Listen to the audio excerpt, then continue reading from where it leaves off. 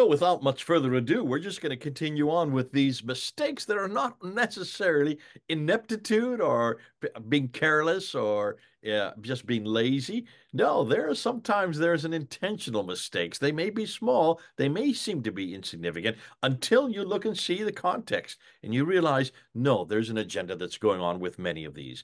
Now, we're back again with Murad. Thanks for coming on board, Murad. Thanks for doing this for us.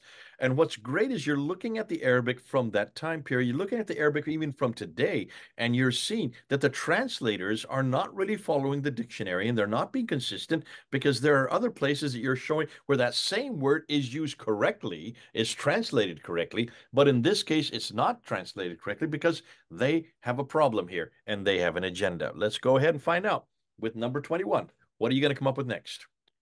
Okay, so now with number 21, the question is, did a woman seduce Joseph? This is what we are used to in the Arabic Quran.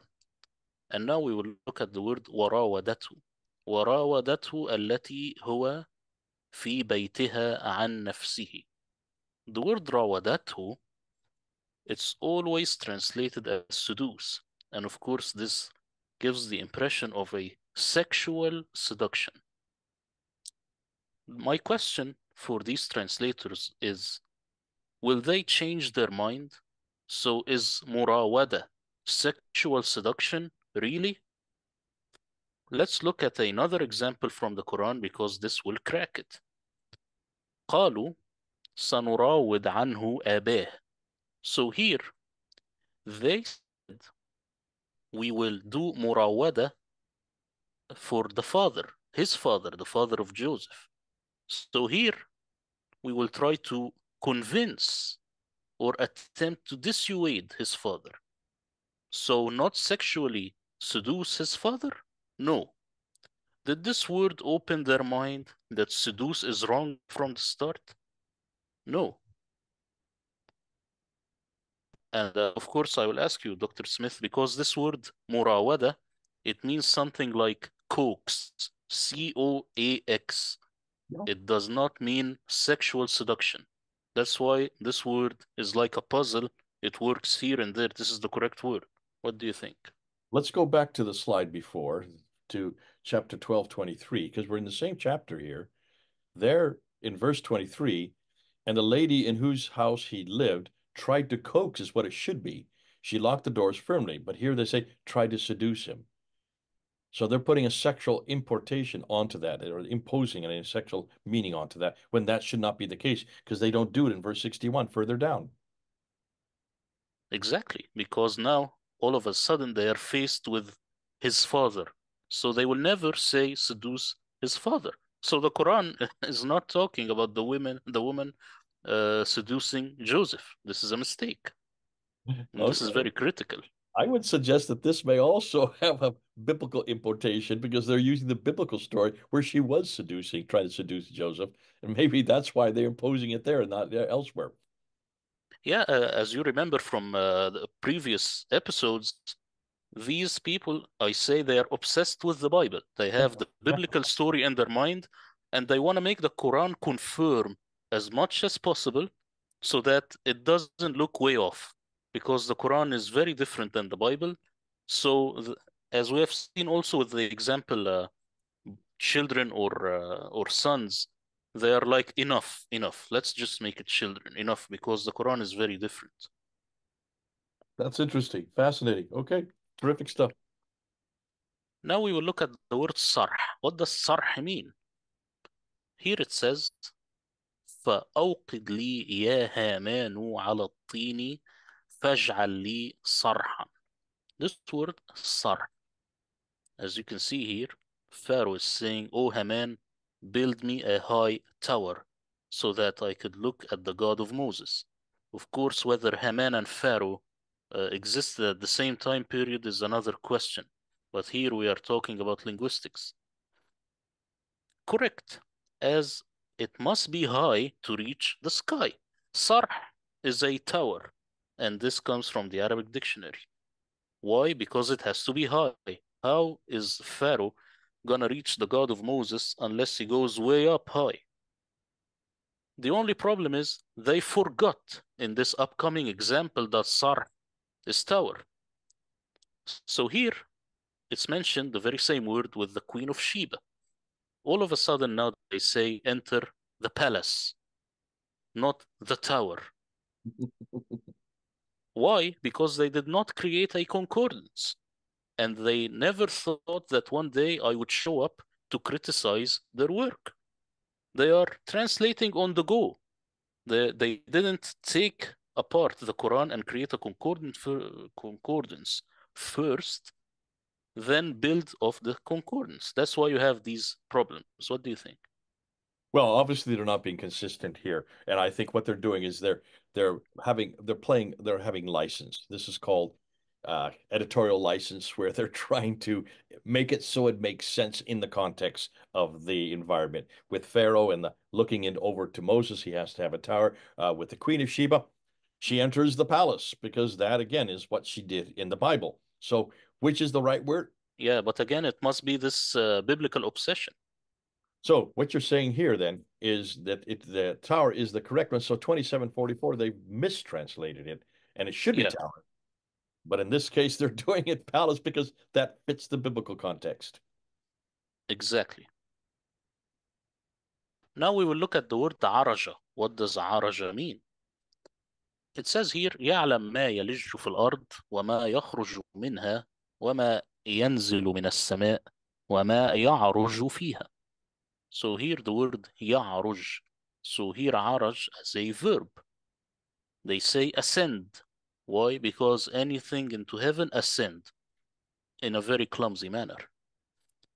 The word يعرج comes from عرج.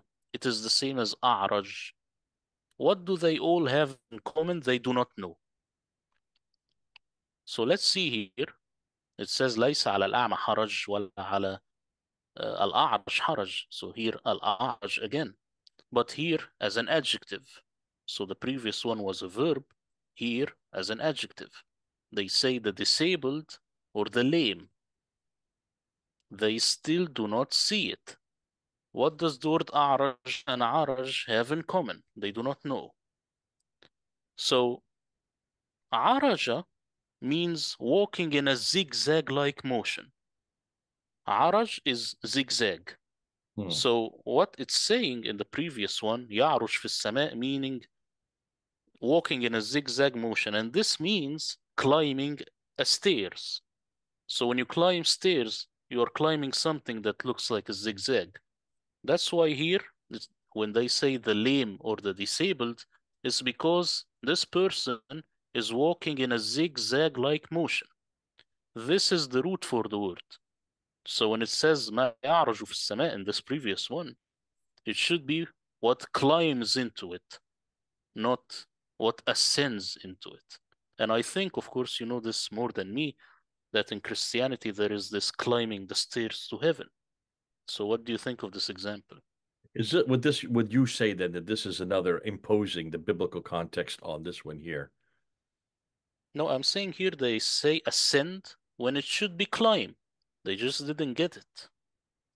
Now, okay, I understand that, but would that because they're trying to use the Jacob's ladder in the Bible where you ascend up to heaven? No, it's because they didn't, whenever they see anything going into heaven, they say ascend. So يعرج or يرقى, anything, they will just say ascend. It's very clumsy of them. That's just all. How would you translate this one right here? Climb. Okay. So, and whatever descends from the sky and whatever climbs into it, and he's the most Yes, merciful. Okay. So, not too much of a difference there, but it is again being consistent. exactly. So this is a mistake because these people, they didn't put the time and the effort into seeing such words. That's what I'm saying. We are Okay. in mistakes. So now we will move to number 24, and it's about the word نفخ. What does the word نفخ mean? ائتوني زبر الحديد حتى إذا ساوى بين الصدفين قالوا انفخوا حتى إذا جعله نارا. انفخوا. What does it mean? Of course, here they say blow, which is correct.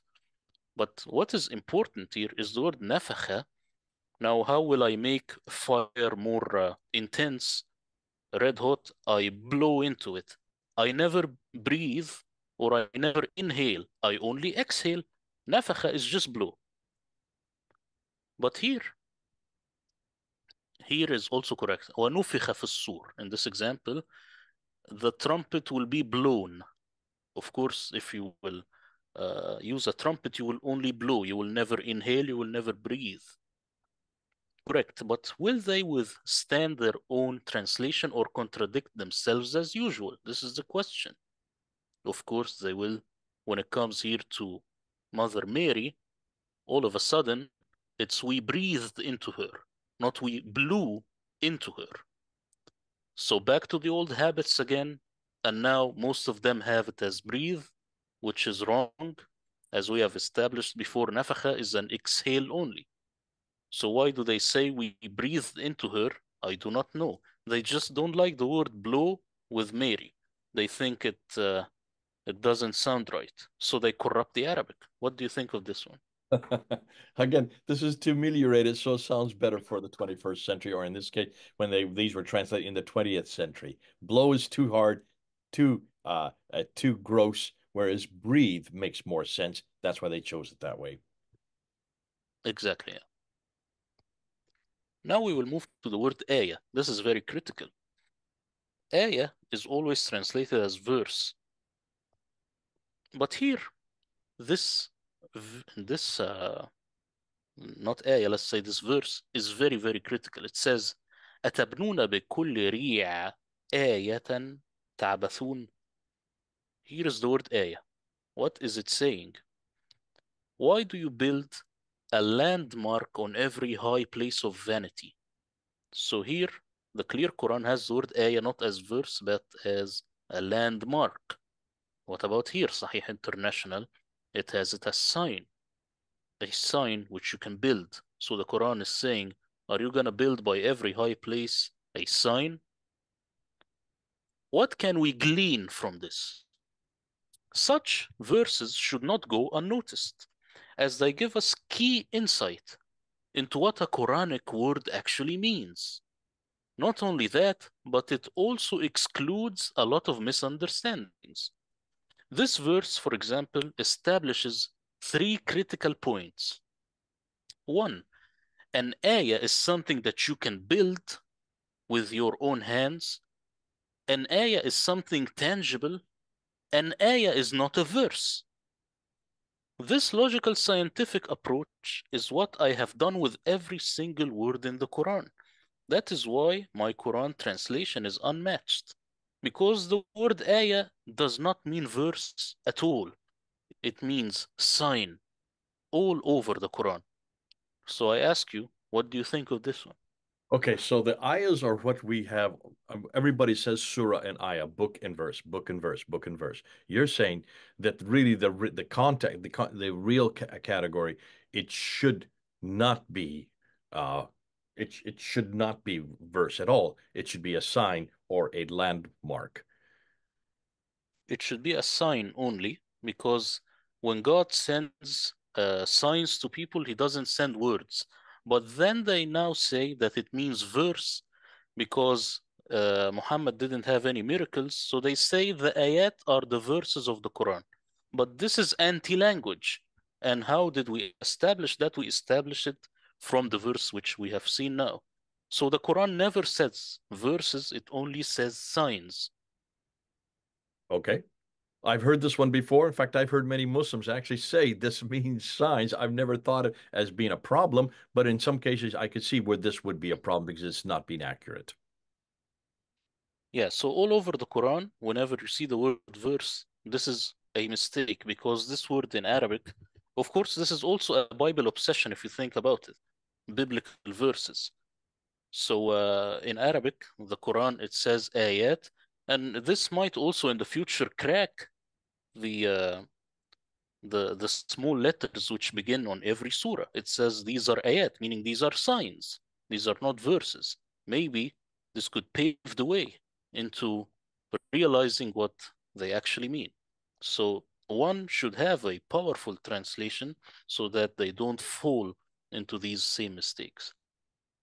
Now, before we go on, those letters that are at the beginning of every ayah, of every sign, many people are beginning to say that those are actually to help the singer or the hymns, because these are were turning out to be hymns, and this is to tell you what cadence they're supposed to use, or as we do in music today, what key is it supposed to be in.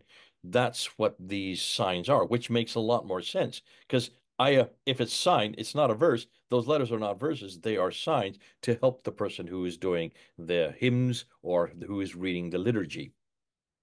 Exactly. So just having it as signs all over the Quran, which is the correct translation, really eases the understanding of these letters in the beginning of each surah. So yes, they are signs, they are musical signs on exactly how to chant the Quran. Brilliant But stuff. if you have it as verses, you ruin everything. That's the idea. Yeah, it does. It does ruin everything. Thank you for doing that. This is makes it clears up an awful lot for us. Now we're gonna end this episode there because we're coming up on 20 minutes, or we're coming up on enough for one episode. Okay, so you've gone through five different examples of these mistakes. Rawadatoo, this is it down as sexual seduction because they're trying to copy the biblical story. That's what happened with Joseph, when in reality it should be convince. This is a convincing, not a sexual seduction, because with Abraham, he's not sexually doing anything there. The father, in the 22nd one that you want, you top to 28, looking at verse 32, and you're looking at Sarha, the tower. It looks like they put in their palace in chapter 27, verse 44, because the Queen of Sheba story has to have a palace, when in reality it should be the tower. Again, they're trying to ameliorate the verse with the Bible. These are a lot of Bible impositions where they're making mistake after mistake after mistake, because otherwise the context is kind of nebulous, to say the least. In the chapter 34, verse 2, Zaharajah, they want to put in there that this is climb or ascend, when in reality, Zaharija and Zahar, the word itself, the root word means disable or came. But there's no consistency then. So you're proving that they're not being consistent there. In chapter 18, the 24th example, verse 96, and also repeated in chapter 18, verse 99, the verse nakarka, or how do you pronounce it, is blow, and that's what it's always meant to be, blow. But when it comes to Mary, and how she is impregnated, you can't have the word blow. So you can see this seems too crude. So they put the word breathed in there. Now you might say, okay, that's not that big a difficulty, but it is, because you can see they're not translating it correctly. And then the 25th example, now chapter 26, verse 128. Ayah. Now we've always been told ayah are verses. You have surah is book, and you have ayah verse. That's how we do it in the Bible. The Bible came before the Quran. So it looks like they're trying to take what was in the Bible and apply it to the Quran, when in reality, these are signs, which in many respects would make it a lot more sense if they kept it to signs. Wouldn't you say so? Uh, wouldn't you say so, Murad? Because the letters that are before the different, yeah, the letters that are there, they're before the different categories, the different signs. Those really are nothing more than letters. They aren't verses. Yeah, exactly. And Fadil Sulaiman, the one who made the Bridges translation, he said in an interview that the Quran does not have the word verse at all. And this is something that they get from the biblical understanding. And he has sign all over his translation. Mhm. So if someone says Murad doesn't know what it's talking about, you can also tell that to Fadil Sulaiman, Bridges translation, because he definitely knows what he's talking about. Yeah. Yeah. Good stuff. Great stuff. This is good. Thanks so much, Murad. This really helps. We're going to finish on about another four of these before we go into the next category. But until that time, this is Jay and Murad, thousands of miles away. Over and out.